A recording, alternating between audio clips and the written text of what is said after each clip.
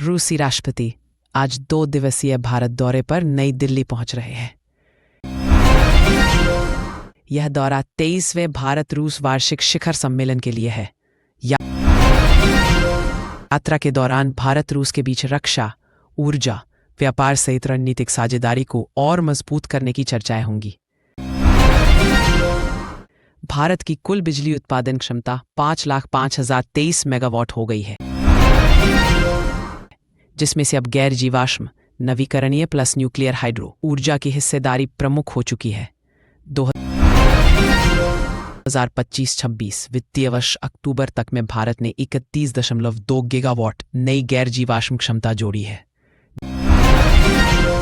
जिससे देश अपनी स्वच्छ ऊर्जा लक्ष्यों के करीब तेजी से बढ़ा है।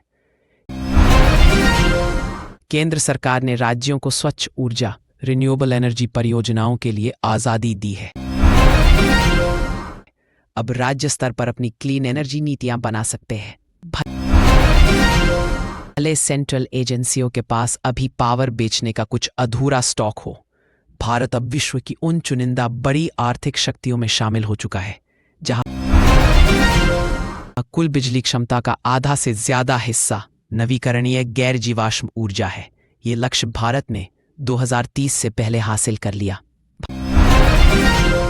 भारत रूस रक्षा सहयोग पर बातचीत में संभावित है कि रूस भारत को अतिरिक्त सशस्त्र सिस्टम, लड़ाकू विमानों, मिसाइल सिस्टम सप्लाई करे, जिससे भारत की सुरक्षा क्षमताएं बढ़े।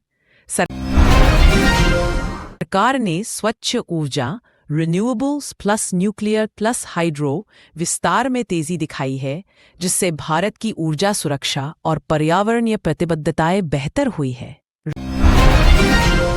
राज्य स्तरीय स्वच्छ ऊर्जा पहल को समर्थन देने की नीति ने निजी और राज्य प्रदाताओं, लोकल ऊर्जा कंपनियों को उत्साहित किया है, जिससे क्लीन एनर्जी अडॉप्शन में विविधता व प्रतिस्पर्धा बढ़ रही है। 2025 के अंत में ऊर्जा क्षेत्र में तेजी से विकास और बदलाव दिख रहा है। भारत आर्थिक विकास व पर्यावरणीय संतुलन दोनों की ओर बढ़ रहा है। देश में ऊर्जा खपत व बिजली आपूर्ति की मांग थोड़ा कम हुई है।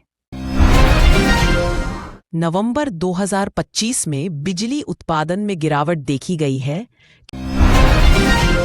क्योंकि ठंड बढ़ने से कूलिंग डिमांड कम हुई और कुछ उद्योगों में एक्टिविटी धीमी रही। हालांकि फॉसिल फ्यूल शेयर घट रहा है, फिर भी भारत के पावर ग्रिड स्थिर बने हुए हैं। देश आर्थिक व जलवायु दोनों मोर्चों पर संतुलन बनाने की कोशिश में है। देश के कई हिस्सों में सर्दी तेज हो गई है। इंडियन मीटियोरोलॉजिकल डिपार्टमेंट (IMD) ने दिल्ली, उत्तर प्रदेश, पंजाब, हरियाणा, उत्तराखंड, बिहार आदि राज्यों के लिए शीतलहर व कोहरे का येलो अलर्ट जारी किया है। IMD के अनुसार पहाड़ी इलाकों, खासकर हिमाचल, जम्मू कश्मीर आदि में बर्फबारी भी हो सकती है, जिससे यात्रा व जनजीवन प्रभावित हो सकते हैं। देश में स्वच्छ ऊर्जा संक्रमण, क्लीन एनर्जी ट्रांजिशन में तेजी आने के कारण विंड, सोलर कंपनियां बेहतर वेदर फोरकास्टिंग डेटा की मांग कर रही है, क्योंकि 2026 अप्रैल से नए नियम लागू होंगे, जिनमें फोरकास्ट बेस्ड पेनल्टीज होंगी।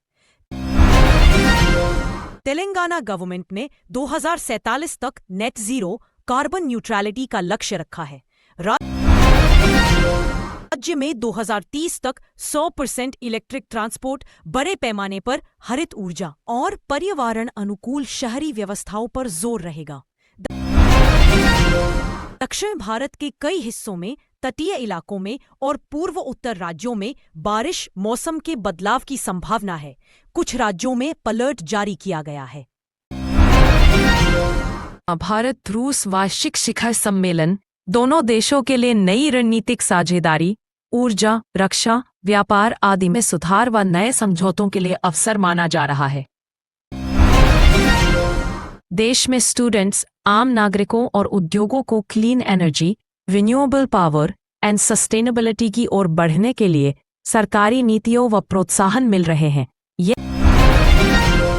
ये पहल भविष्य के लिए महत्वपूर्ण मानी जा रही है। मौसम, ऊर्जा, विदेश नीति, इन सब में आ रहे बदलाव दर्शाते हैं कि भारत 2025 में विकास, रणनीति और स्थिरता तीनों मोर्चों पर सक्रिय है।